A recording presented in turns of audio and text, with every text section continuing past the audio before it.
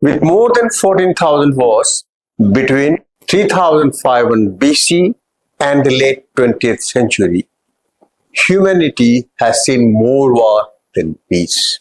And till date, wars devastated the mankind, not only in terms of economy, but also the entire edifice, infrastructure, and the human peace. The present war between Iran on the one hand and Israel and USA on the other hand has devastated Middle East, and its impact is pan-global also because of the oil crisis, because of the gas crisis, and we have not seen such a hybrid war in the 20th century. Now the question is, the thaw in the war was due to some kind of understanding between Iran and America, and there is a ceasefire for the time for about 15 days, followed by a negotiation that also has failed. Now the question is, why the peace eludes, and what is going to happen to this war in future? Anybody's guess. In today's face-to-face, we have with us Brigadier Lakshmicharan Patnaik, one of the eminent scholar, soldier of the country with vast experience in operational combat, military diplomacy, conflict resolution, and human resources management in the armed forces and the civil services. He has served as India's defense advisor for the Middle East in the Embassy of India at Tehran during 2003 and 5. Brigadier Patnaik has immense practical experience in conflict resolution and military diplomacy in Iran, Iraq, Afghanistan, Central Asia, and neighboring countries. At the very outset, I welcome you, Brigadier Patnaik. Thank you very much. To this program Face to Face. Brigadier Patnaik, how do you look at this war and this latest crisis in the Middle East, and followed by the 2-week ceasefire? Again, a blockade has happened. The US has blockaded all the ships from Iran. So, how do you think that this entire the 15 days ceasefire is a gimmick, or it's a step back from the brink, or just a temporary pause? Thank you very much for calling me over to this program and giving me the opportunity to discuss on one of the most sensitive geopolitical issues of the world. I will draw my experiences of having served physically in that part of the world, not only in Iran, but in other parts of the Middle East, and also my experience in the armed forces and otherwise, to come to some sort of an assessment as to whether the present is a stalemate or a pause. Officially, it has been declared that it's a ceasefire. Yes. But ceasefires has to be understood from the point of view that is never the end of the conflict. Yes. Is always a pause, and pause for something, another phase of operations. To me, it is always something not to be reconciled with, but rather an opportunity to regroup. If I have to give you certain examples of history, wherever ceasefire has taken place, if you take it from the period of the Second World War, whether it was the Korean War or it is the Yom Kippur War, or for that matter, come to our line of control where I physically served opposite Pakistan, where we continuously have ceasefires. Ceasefires now aims at ending a conflict. It basically gives an opportunity. In this case, since the end states of each of the country were not very clear as to whether it was a political aim, whether it was a military aim, or it was a combination of both. So it's very difficult to say that whatever actions or whatever activities has been initiated so far in terms of decapitation, in terms of destruction of this particular country, and the present move by the Iranians to block the Straits of Hormuz, and a very, very unimaginable job, by the initiative of the Americans to block the Straits of Hormuz, which is essentially a military operation. A blockage is basically a military operation. This stalemate has happened presently because there is no solution. As you are aware that Field Marshal Munir is in Tehran, is trying to negotiate with some messages which is carried forward as far as the Americans are concerned. Hopefully, both the countries are going to find some sort of a solution, which is firstly a face saving, that's number one. Secondly, it meets the national interest. And third, and most important, is that the Americans should be able to satisfy one big country called Israel. I think you are correct when you say that the ceasefires are very temporary kind of thing, unless the conflict's resolution is worked out. You are correct. Because the ceasefire has been announced, and yet Israel started bombarding Lebanon. Their grudge is on the rebellion group, that's a different issue. But one ceasefire means, there should not have been war. What is your take on it? You see, Lebanon aims are totally different than what you have the conflict between Iran and US. The United States wants that the nuclear capability of Iran should be so decimated that they should not pursue any action as far as enrichment of the uranium is concerned to become a so-called nuclear power. The aims of Israel is that it wants to basically finish the proxy of Iran in Lebanon called Hezbollah. Right. So there is a gray area as far as the thought process is concerned, wherein the Iranians were given to understand that Lebanon was part of the deal for the ceasefire, which Israelis have said that no, it's not part of the deal as far as the ceasefire is concerned.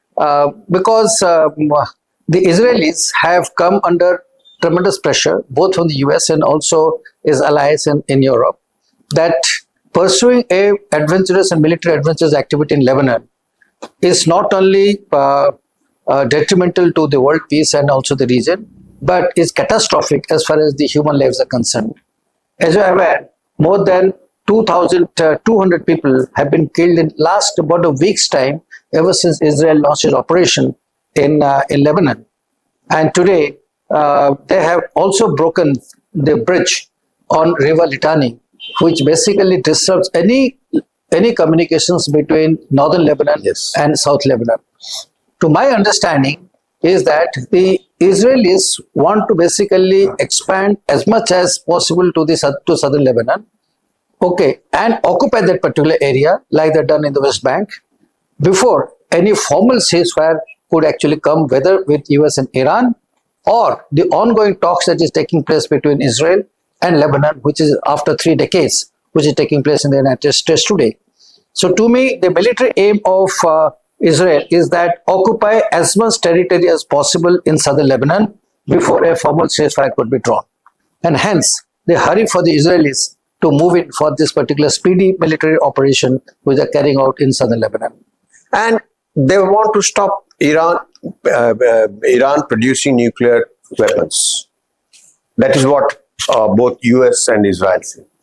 Don't you think there's a double standard in the whole, whole talks? Because we know for sure that Israel has already about 100 nuclear weapons, the bombs or missiles or whatever it is.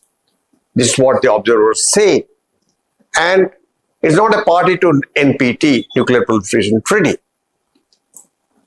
Whereas, on the contrary, Iran is a party to NPT And Iran, this highest leader who was killed by US attack, US and Israel attack on the very first day, February 28th, Khamenei, he had categorically issued fatwa on this nuclear thing. And yet, America and Israel, they are raging the war. Europe is supporting, maybe passively. But don't you see this double standard is killing internationalism and international law? Absolutely is nowhere to see. See, when you talk of international law, it provides you legitimacy. Yes. Okay. But it doesn't give you outcomes. Because they cannot enforce. Yes. So, the fear of Israelis are what they cite is an existential threat, because time and again the Iranians have threatened to annihilate the Jewish population and also Israel. So there is a substance wherein, when Israel says that I need to tackle the root of my cessation of existence by destroying the nuclear capability of Iran is concerned.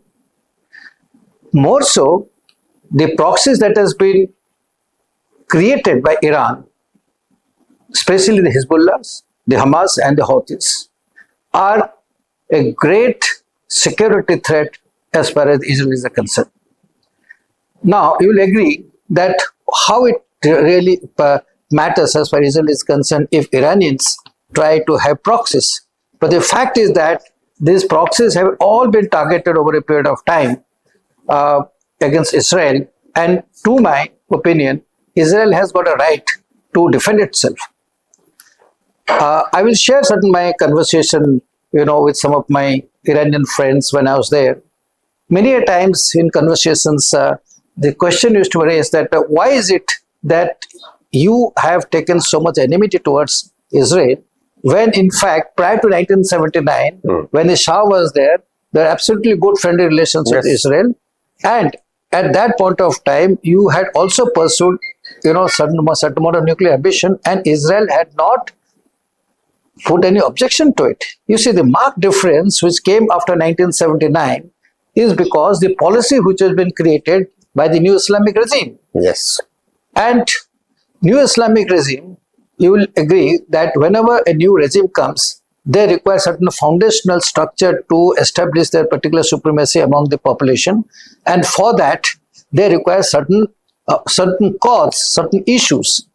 To them at that point of time, Israel became one of the reasons for them to establish their hegemony as far as in the Middle East is concerned, and also to ensure and protect their own regime, how to protect their own regime. You will also agree that Iran, post 1979, came under immediate attack from Iraq, supported by the Western countries, most notably US, United States.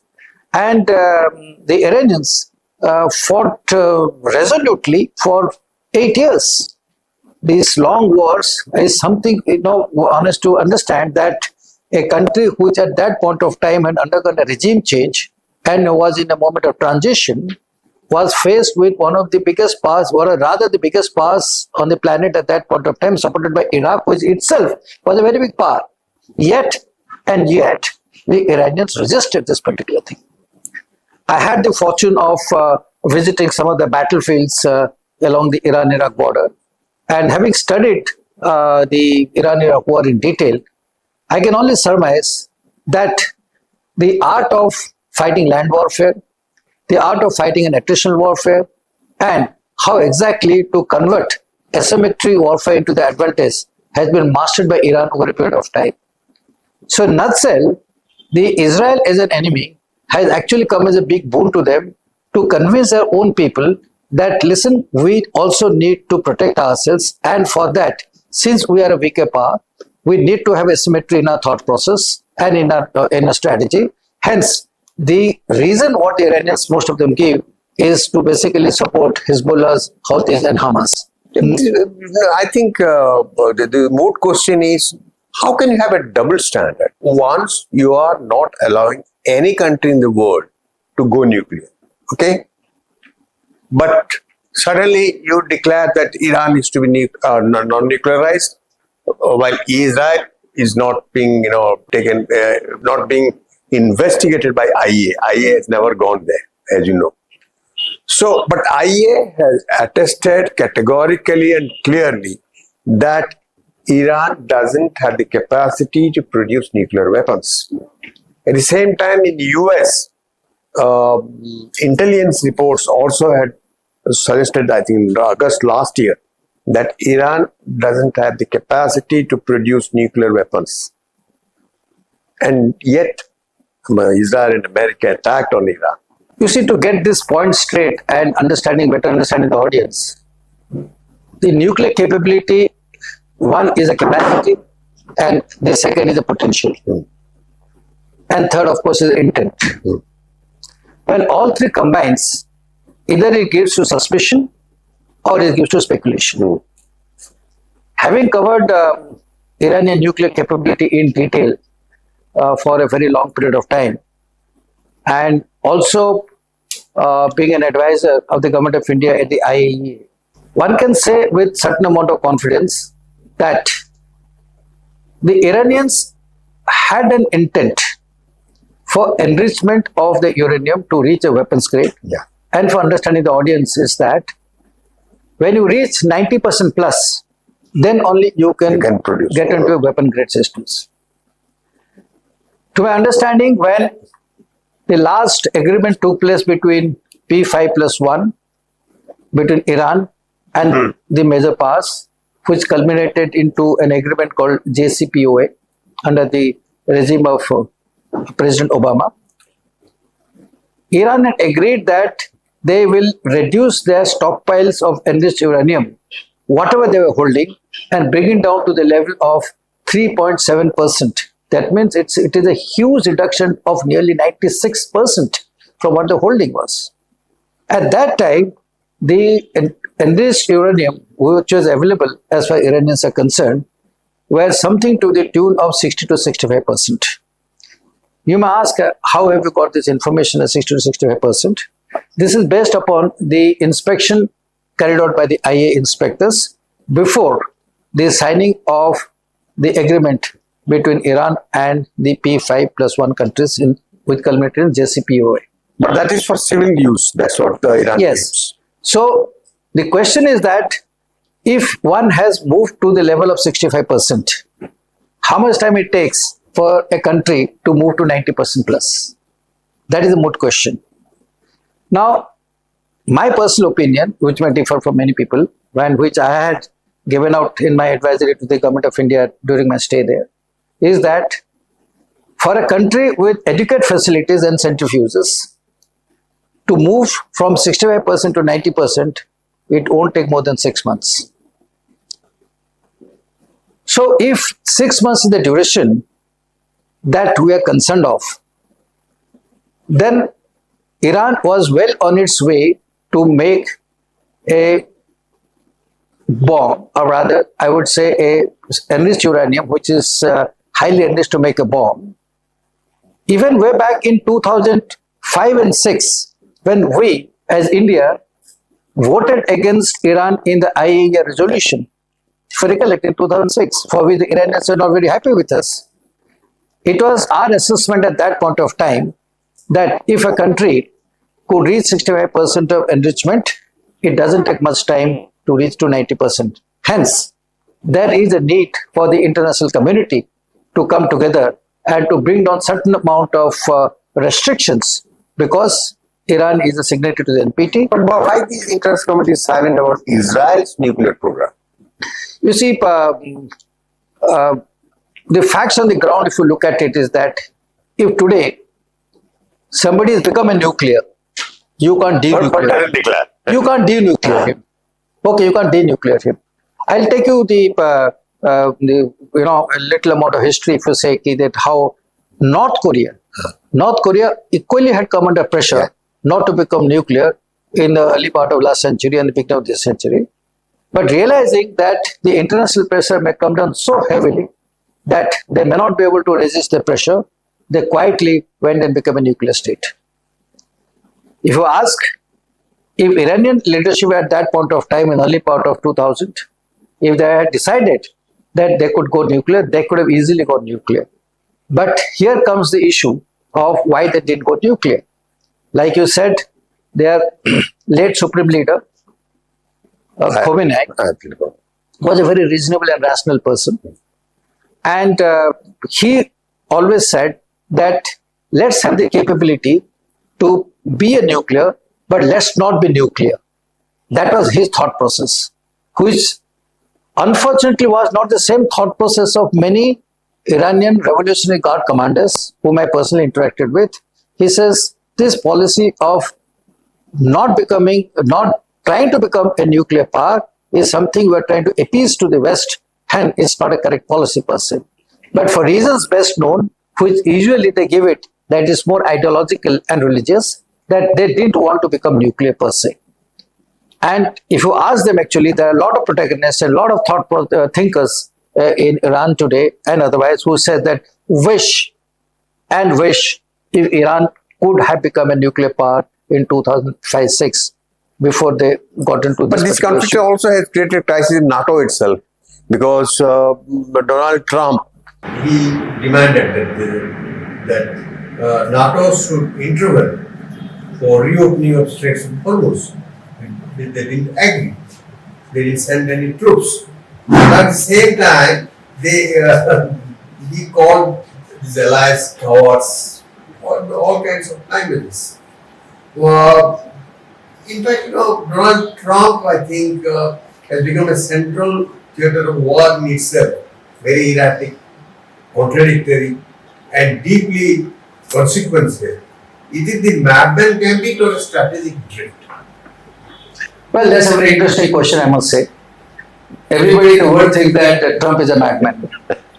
I don't think so. Yeah. Okay, his actions may be maddening, but there is a huge thought process and a lot of calculations which takes place before any major decisions of national interest are taken by any government. But I'll partially agree to you that it is basically a strategic drift. Yes. In the sense that even if irrationality persists in the decision makers or in the leader per se, we got to ensure that below that irrationality, there remains a layer of discipline. Because if there is no discipline, thought process and no methodology, okay, in reaching to that particular decision, the conveyance may be irrational, that thing becomes unpredictable. And when it becomes unpredictable, it becomes uncontrollable. Yes. When it becomes uncontrollable, you lose legitimacy as far as decisions are concerned. Keeps it at the bedside. That's what the newspaper said. Well, there are not very corroborated information on this particular issue. But the fact is, as a businessman who basically has been a successful deal maker, and if you read his book where he talks strongly about deals, he talks about irrationality. Yes. He talks about unpredictability. Okay. He says any leaders to be successful should not be predictable per se. But having said that, the conveyance of a particular unpredictability, okay, is such that it creates more amount of confusion, especially among the allies and also the people who have to execute per se. For example, the orders were given to the United States Navy to carry out a blockade of the Straits of Hormuz. Now, blockade is an act of war. Yes. You must understand. Now, an act of war is that the Navy, which is a military force, must be given guidelines as to where do you lay the line as far as things are concerned, how much of passage that you need to give for friendly allies, what is the type of your ships that can move ahead, what is the standoff distance that is required to be done, what are the ISR capabilities that are required to be mobilized. Now, none of this particular thing has come, and just overnight a message comes that we're going to do a blockade. Now, when such a blockade comes, such an order comes to any operational force, it creates huge amount of confusion as to where to start and how to begin or where to end per se. Today, you have a order given to the United States Navy that you carry out a blockade, the US Navy itself doesn't know where to put the blockade. Yes. Okay, so this amount of confusion which takes place, and coming back to the strategic drift that you mentioned, this what happens that when your ideas are not very clear, you want to operate in a realm of unpredictability for creating a particular or driving a point home per se. It does create a huge amount of misunderstanding in the ecosystem. Well, no, when he launched the onslaught on Iran, he also did consult the member countries, NATO member countries. Not the Gulf members also. 32 members of NATO, 6 members of Gulf GCC. No country was informed, and they suddenly attacked and killed the supreme leader of Al. So I think there is some kind of what you call madness in the whole conflict creation. To this question, I would rather say that and there is a crack because of that. It has a lot to do with President Trump's leadership styles. Where he doesn't believe much in the form of alliance, Yes. taking everybody together, okay, and trying to have collective decisions and collective solutions rather to any of the problems per se. Possibly he thinks that he might come under tremendous amount of resistance in this, in this type of warfare. And the very fact that even if collective decisions were taken, say for instance in Iraq war or for the matter in Afghanistan war, the outcomes have not been very, very favorable. So he possibly feels that unilateral decision by consulting few experts and some of his close advisors and taking a decision is somewhat will give him more results. If the results come, he takes the success. If the results is not able to achieve, he will put this particular thing to some other factors, like in this case, since they've not been able to achieve the nuclear aim that has been given out. Okay, he says it's all because of the Iranians, trying to put a blame on the Iranians per se, or trying to find a way out. But he has not achieved the main objective of Number two, also he is militarily acts the ultimate solution to end Iran's. You see, the moot question is that can military actions give political solutions? The answer is no. Yes. Okay, military action gives military solutions. So here in this case, the nuclear issue was a political issue and not a military issue per se. So by trying to achieve political objectives through military means is something which is incorrect, and it is a lack of mind and lack of expertise per se. I would rather say that this particular approach, if at all the objectives, because objectives were never laid down, objectives were laid down as an afterthought. In fact, somebody asked President Trump, did you have regime change as one of the objectives? Yes. He said, no, I didn't have. In fact, he told in his press conference that regime change was not one of my aims per se. But the very fact that they've been able to degrade the leadership, political leadership of Iran to quite an extent, they say it is a de novo regime change. But he said in the press conference that regime change was not his aim. But the fact lies is that they want to stop Iran from becoming a nuclear power. But how do they do that? Yes. Can it be achieved militarily? The moot question is that, and if you ask me, the answer is no. Because I had the privilege of seeing most of their facilities in Natanz, in Arak, and many other places during my tenure there. And well, I did not have access to the main centrifuges, but I had access to their overall security scenario. And let me tell you, any amount of claim which the Americans may have in terms of having, bunker buster bombs which penetrates deep into that. I would like to also share one more thing with you that historically, Iranians have been masters of tunneling. Yes. They have, in the earliest ages, in the way they fought warfare through tunnels. And I have come across some of the ancient tunnels. Okay, you'll be surprised that, tunnels are running to the extent of hundreds of kilometers, forget about tens of kilometers, hundreds of kilometers, and being constructed for more than about 1,000 years and are still intact. Can you Can you imagine? There is water, this has been converted to water channels, and from the Alborz mountains, all these channels, all these tunnels are being utilized for conveyance of work, for sending water. Iranians had anticipated their asymmetric response. Yes. They realized that it's very difficult to fight a superior military force like the United States, and they drew extremely good examples of the conflict that took place in Iraq and also in Afghanistan. Yeah. So, Iraq, I think America took only 20 days to finish Iraq, 24 days. yes, the issue is that even if they topple Saddam Hussein, even if they carry out a awe and fury operations per se, the fact is that they did not get the political stability that they're looking for. Yeah. Rather, Iraq became more unstable after Saddam Hussein fell. Afghanistan became more unstable after the Americans came in. Okay, to the extent that one of the largest casualties that the Americans had was in Afghanistan. And despite having standoff operations, when I say standoff, it is not many operations are very close combat operations. Despite that, they had a lot of casualties per se. So, the lesson that the warfare actually gives out in this particular, all these operations is that any country which is weaker usually adopts asymmetric deterrence or asymmetric dissuades.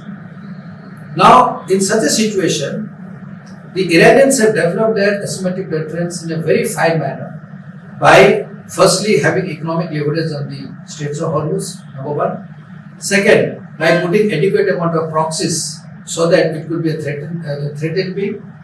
And third, try to have nuclear weapon in such a manner that मैं nuclear weapon इस्तेमाल कर सकता हूँ, मैं करूँगा नहीं. Okay, so they are the three pillars of their asymmetric strategy on which they have been following.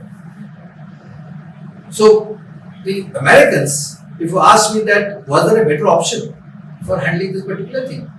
Yes. The first thing is that if the opponent's, the adversary's strength lies in asymmetric warfare, you have to tackle that asymmetric warfare first.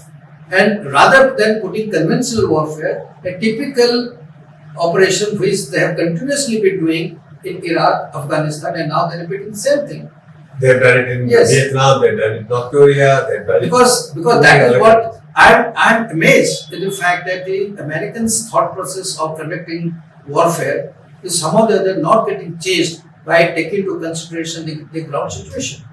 Now here in this case, it is a sure-shot case that you can't destroy a country like Iran.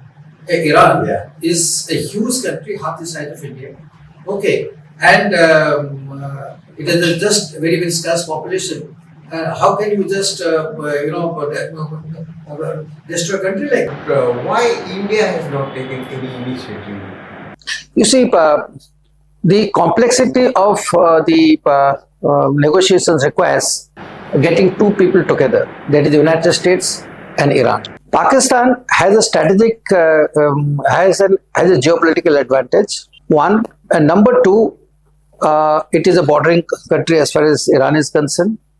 But the most important is that Pakistan has developed the art of strategic communication below the diplomatic threshold level. Okay, much better than India. Sure. My statement may not be liked by many diplomats. Okay, but the fact is that because of the system they have created to the ISI, where decision-making loop is much faster in decision-making in Pakistan. This is why Pakistan is chosen to become a mediator. It's not now. They mediated between US and China way back in the early 80s, and they have been part of the mediation process as far as the Gulf War is concerned. And but in the present context, since there was a good line of communications and confidence building measure between President Trump and Field Marshal Munir, and on this side the Chinese also had a good communications, though the Iranians don't trust Pakistanis much.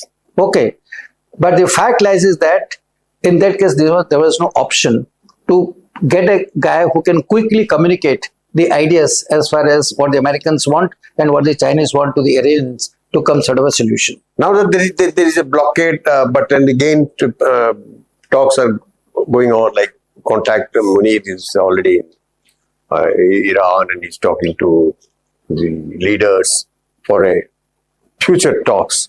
Do you think they will have again negotiations in coming weeks? Yes, it is inevitable in the sense that while the conflict is not going to end, even if there is some sort of an agreement, but they have to come to some agreement as far as the nuclear issue is concerned and as far as the Straits of Hormuz is concerned. To my way of looking at it is that the Iranians may come down to some sort of an agreeable timeline.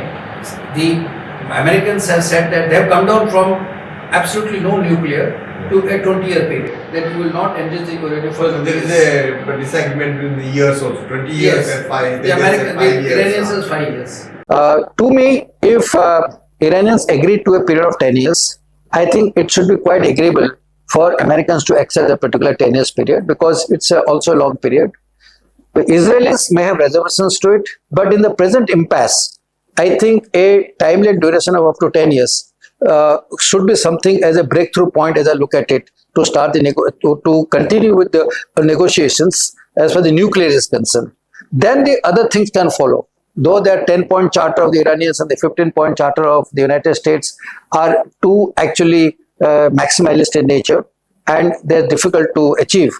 But the fact lies is that if at all they come to some sort of an agreement as far as the timeline of the nuclear enrichment is concerned, and second, the opening of the Straits of Hormuz is concerned, which I feel should be achievable, I think they'll be able to strike certain amount of solutions. The imposition of toll is one of the conditions. Yes, that's actually, if you ask, the point here is Hormuz is basically Iran's strategic leverage. Okay, they would not like to leave that leverage when the war has not fully been completed or the war is not ended. As I mentioned in the beginning, a ceasefire is not an end of conflict. They have carried out an embargo as far as they have basically, in Hormuz, they have created some sort of a caution, a danger, that if you pass through, you will hit upon a mine. And now, obviously, there is an economic thing which they have done it, which, as per the conventions of the United Nations Subsidy of Laws, is not permitted. But the fact is, all these laws are only prevailing during a peacetime. Once a war starts, there are no laws which actually acts. So Iran is well within his permission, well within his limits to lay down a particular toll, because he says, I need to compensate for $275 billion of losses that has taken place in the war, and if I can get something out of this money, and that's what is doing it. But if some understanding comes to show, as far as things are concerned, if Iranians are permitted to move the oil tankers and the oil shales, continue as usual, the toll money will be too small an amount for the Iranians. I think they may forego it also. What kind of impact, both economically, the global community has suffered and is going to suffer? You see, both instances, if we go back to 1980 tankers war also, that time just a 20% initial rise as far as the petroleum prices are concerned, and subsequently went to 40%, that shook the world. Okay, and we took into a recession. Today, the gas prices in US have gone more than by 30%, 30 to 40%. I was told in certain states like California, the gallon has moved up to almost $8. So now this sort of a thing is going to have a very attenuated effect, not only on the transportation, but on all consumer items, be it fruits, be it vegetables, be it oils, and the transportation is there. So when overall inflation actually increases, that is going to be the place where the world is going to hit. And unlike us, where Asian countries can really absorb a large amount of inflation over a period of time, because we tend to have a large amount of savings, the Americans are not used to absorb, much of inflation. Tomorrow, if there is a 2% rise in inflation in the United States, I can assure you there could be revolution, there could be rebellion in some of the states. You mean to say that war, once you have a war, there is inflation. Absolutely nobody can check inflation. That means no Americans now want war to continue. So this present escalation between Iran and USA, will it lead to the regional war? Presently, I don't think that that both the parties are interested to escalate to a regional war because the cost of escalation is pretty heavy. It's With, more than $1 trillion. I'm told $1 trillion, something like that, more than that. Yes, And some 4,000 to 5,000 people have died. yes. If I go by the figures, what the Iranians have disclosed, 2,600 Iranians. or 3,000 plus. But the issue is not the number of casualties. Issue is not the economic cost of destruction of Iran. The issue is that how far are the Gulf countries secured today? Because if they continue to remain under a state of threat, mind you, it was a huge military success for Iran to have knocked down one of the most potential radars which are located in Qatar, Yes. Doha. I have also had the fortune of visiting the CENTCOM headquarters in Doha in 2006, I recollect. Okay, I visited there. It's it's an amazing piece of headquarters which is there in Doha.